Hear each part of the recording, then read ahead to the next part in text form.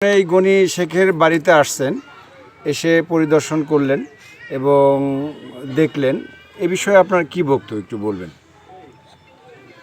হ্যাঁ, এটা ঠিকই বলেছেন যে এটা খানখানাপুর ইউনিয়ন, রাজবাড়ী সদর, রাজবাড়ী জেলার একটা ইউনিয়ন, খানখানাপুর ইউনিয়ন। এটা খুব ঐতিহ্যবাহী ইউনিয়ন। আমার এই ইউনিয়নে আমাদের মরহুম তমিজউদ্দিন খান, উনি স্পিকার ছিলেন, উনি মন্ত্রী ছিলেন, তার বাড়ি কিন্তু এর বাড়ির পাশে। সে একটা ইতিহাস ছিলেন। তা আমাদের ছাত্র বৈষম্য আন্দোলন যেটা আমাদের ছাত্র জনতার যে গণ অভ্যুত্থানে খনি শেখ হাসিনা যে পালায় গেছেন এবং একটা দ্বিতীয়, আমরা বলেছি এটা একটা হলো দ্বিতীয় স্বাধীনতা। প্রথম স্বাধীনতা ছিল 1971-এ, দ্বিতীয়টা হয়ে গেল 2024-এ। এই এই এই 24-এর এরা মুক্তিযোদ্ধা। গনি আমাদের বেসিক্যালি জামাই হয়। গনির শ্বশুর নেওয়াজ সাহেব, ওর যে নানা, ওর নাম আলামিন, ওর বাবা মারা গেছে, ওর আলামিন, ওর বাবা নেওয়াজ সাহেব। সে এই ইউনিয়নের বিএনপির একজন খুব শক্তিশালী নেতা ছিল, খুব শক্তিশালী নেতা ছিল এবং এটা খুব বিএনপি অধ্যুষিত একটা ইউনিয়ন। আপনারা জানেন যে এখনও এই রাজবাড়ী জেলার ভেতরে এটা অত্যন্ত শক্তিশালী একটা ইউনিয়ন এবং একটা বিএনপি অধ্যুষিত এলাকা এবং ওর নানা বিএনপির একজন বড় নেতা ছিলেন। ঠিক আছে, তা আমরা এই যে আন্দোলনের মুখে এই যে সরকার পতন হয়ে গেল, কিন্তু এই যে প্রায় হাজারখানেক নরহত্যা করলো, নির্বিচারে গুলি চলে হত্যা করলো, এটাকে গণহত্যা। এবং আমরা মনে করি এইটা একটা মানবতা বিরোধী একটা অপরাধ করেছে এবং যে কারণে আমাদের দেশনেত্রী বেগম খালেদা জিয়া এবং দেশনায়ক তারেক সাহেবের নির্দেশে, সেন্ট্রাল বিএনপির নির্দেশে আমরা কিন্তু এখানে এসেছি। বিশেষ করে আমার বাড়ি যেতে এই ইউনিয়নে, এটা আমার দায়িত্বের ভিতরে পড়ে, যে কারণে রাজবাড়ী জেলা বিএনপি, আমাদের জেলা বিএনপির সম্মানিত আহ্বায়ক লিয়াকত আলী বাবু এখানে আছেন, আমাদের মেম্বার সেক্রেটারি অ্যাডভোকেট কামরুল্লাহ আছেন, আমাদের রাজবাড়ী জেলা বিএনপির সাবেক দুবারের সাধারণ সম্পাদক হারুন রশিদ সাহেব আছেন, জেলা বিএনপির যুগ্ম আহ্বায়ক পিন্টু সাহেব আছেন, স্বেচ্ছাসেবক দলের সভাপতি আছেন, সেক্রেটারি আছেন এবং আমাদের বিএনপি নেতা সালাম ভাই সহ এই ইউনিয়ন বিএনপি এবং 8টা ইউনিটেরই বিভিন্ন পর্যায়ের নেতাকর্মীরা এখানে আছেন, অঙ্গ সংগঠনের নেতারা আছেন।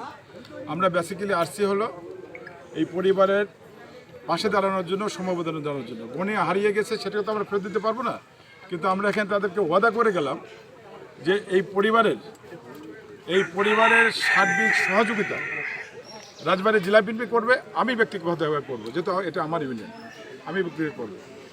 এবং এই পরিবারের দুটো বাচ্চা, একটা হলো আলামিন, ও মোটামুটি ও একটা সাফল্য, ও একটা হোটেলে কাজ করে।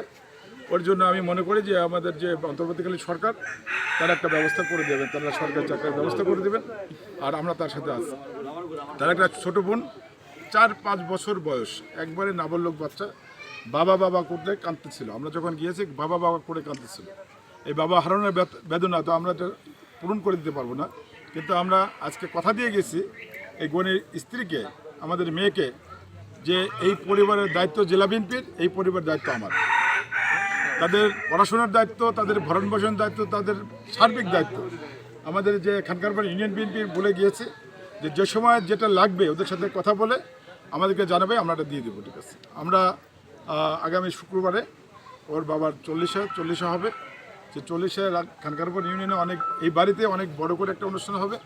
সেই অনুষ্ঠানে আমরা আসবো ইনশাল্লাহ, তা সেজন্য আমি বলতেছি, বাবা তোমাদের তো আমরা গনিকে ফিরে দিতে পারবো না, তোমার বাবাকে ফিরে দিতে পারবো না, কিন্তু তোমার পাশে রাজবাড়ী জেলা বিএনপি আছে, রাজবাড়ী বিএনপি আছে এবং আমি আছি, এবং সার্বিক সহযোগিতা, তোমাদের লেখাপড়া, তোমাদের ভবন পোষণ, তোমাদের চাকরি বাকরি, তোমাদের সুবিধা অসুবিধা, আমি বেঁচে থাকলে, আমি সুস্থ থাকলে আমি এটা দেখবো।